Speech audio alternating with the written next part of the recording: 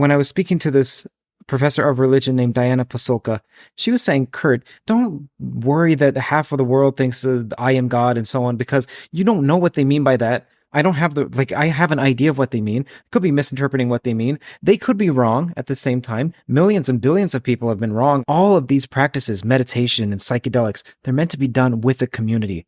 And all these insights, she said she would imagine if you went to some leader and you told them this insight, they'd be like, oh, no, like that's completely wrong. Like you are not God. Like you are an aspect of God or whatever it may be.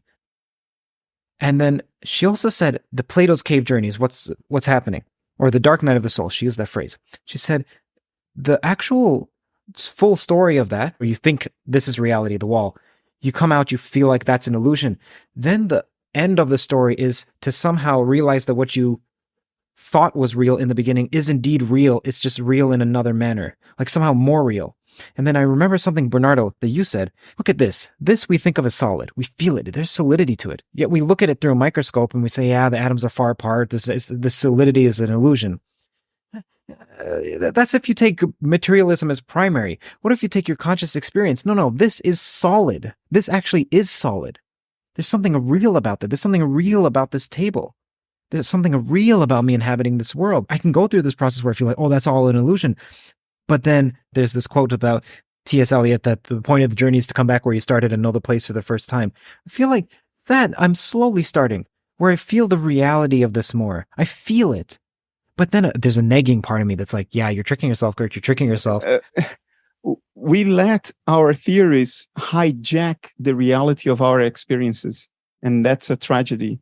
Experiences are not nothing. They're the only thing that is really real. That's not just abstraction. So it doesn't matter that there are atoms here, and then the distance between the electron orbitals and the nucleus is enormous relative to the diameter of the particles themselves. Yeah, it's all true. But you experience this. You hold this. It has weight. It has texture. It feels moist, and it satiates my thirst. This is all real stuff. Now, a conceptual understanding, a conceptual narrative behind that may be true or not, but it doesn't take away from the experience. Whatever this is, it is an experience, and it is real as such. The problem is that we are in a society which implicitly tells us experiences in themselves are nothing. It's the thing that lies behind the experience that counts. That's absolutely nonsensical. All we have is experience. The narrative behind it can help us develop a certain understanding, but not by robbing us of the immediacy of experience, which ultimately is all we have. We can add understanding to that, but that understanding is a layer on top of the immediacy of experience. And look, the ego exists. It's a tool. Without it, I wouldn't know to which mouth to bring the fork. So there is something there that we call the ego. Now, is it your subjectivity in and of itself or not? That's a valid question. I would answer that the ego is not your subjectivity. It's a certain configuration of experiences or a narrative within your subjectivity. And yes, idealism ultimately is a form of cosmic solipsism. And you can dip your toes in those waters and you recoil from it. I call it the vertigo of eternity. It's a place that is very hard to visit, very hard to confront, which may be a clue to why we are here, in this form. But maturing has always to do with poking you out of your comfort zone and buffeting you a little. And you just have to hold the boat together so we can continue to navigate and not sink. But I don't think there is anything intrinsically bad about the fact that the waters are trying. It's trying stuff. And that's how we progress. I mean, I'm not a prophet. I'm not going to predict your future, and you come from a different place than me. Your life has a different context. What holds to me may not hold to you, or actually doesn't hold to you. But Now I'm going to do exactly what I said I wouldn't do, which is make a prediction. Sure. So forgive me for that. Okay. But there will come a moment when you realize that your problems will dissipate, not because you answered your questions, but because you no longer feel the need to ask them. Mm-hmm. Yeah, I'll leave it at that. Okay, so Chris, whatever thoughts come to you, and then we can move on to another couple questions. I'm sorry to go on this aside. You were just communicating with your own highest level of identity. So, okay, that's basically God. And the reason that you are able to communicate with God is that you are an aspect of God, right? God is reality. He's the ultimate reality. It almost has to be that way. Otherwise, it makes no sense to call something God. Okay, you are a part of God, and you are a stratum of God's identity. It's as simple as that. And you give rise to things. And your experiences, they are identities. Your experience is not something that it's one unary, coherent thing, and yet it can be teased apart into this idea of form and substance. Okay? It's basically an experience is an interface. It's an interface between you and reality. It's you accepting input from the outside world or internal input from yourself. Okay? And transducing it and then turning that into a thought or into behavior. Okay? This is what it is. This is what it's doing for you. So your experiences, even your purely mental experiences, are of utmost value to you. They are identities that are a part of your identity, and you are a part of a greater identity. Okay, so you've got this continuum of identities. All right, and it's a nested. It's kind of a it's Russian dolls, or it's Matryoshka, or Matryoshka dolls. I forget.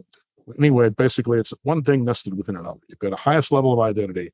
Your identity is nested in it, and your experiences are nested in you. They're all identities. Okay, putting all of those things together is what it seems to me that you're doing. A very, very valuable thing. So I would say, keep up the good work.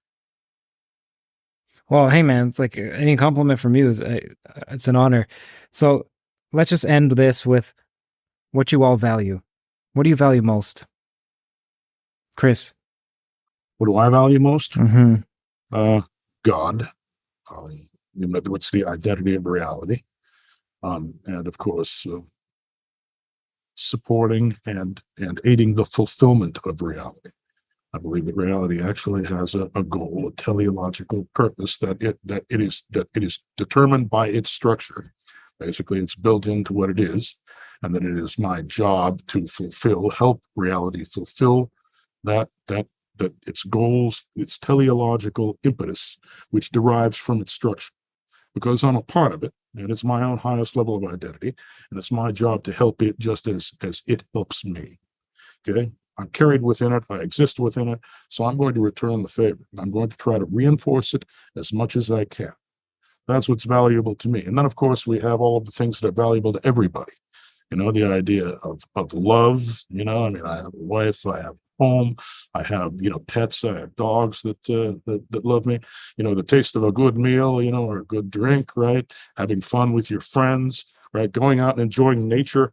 All of those things are valuable to me. But the one basic imperative that I feel is to integrate with reality perfectly, help reality reinforce itself.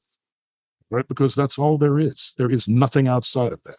You try to extricate yourself from reality like the Buddhists are trying to do, and you end up in nirvana and you're nothing. Your identity has at that point fused with that of the entire universe, and you no longer have an individual identity at all. Your identity is a self-distributed thing that covers everything, and you have lost your identity as you know. Okay, you're here and you feel your individual identity, and that's very, very important. Okay, your job, the job of your identity is not only to enjoy life as you were put here to do, but also to help life and to help reality reinforce itself. Right? That's what I consider value. Bernardo. The answer I will give you is not the answer I would like to give you. I would like to tell you I value love the most, relationships the most, human decency and justice. Nietzsche struggled with this question And he answered, power. Power is what he considered the most important, the will to power, in contrast to Freud's will to pleasure. But the truth is, and part of maturing is accepting your own truths. The truths about yourself, even when you don't like it. The truth is that for me, the most important thing is truth. And that I would probably surrender everything else to stare the truth in the face, whatever the price, whatever the cost. That for me is the highest calling. It's how I'm put together. It's not how I wish I was put together. To prioritize truth above all else is not trivial. Yeah, again, Nietzsche, he was very explicit about that. He said, why do we want to know the truth? What's the point? He thought it was ridiculous. It was a knee-jerk reflex that if we thought it through, we would abandon. It's not about what is true. And I've meditated on that for years. I went to the extreme of visiting the places where Nietzsche had those thoughts, which, thank goodness, are recorded.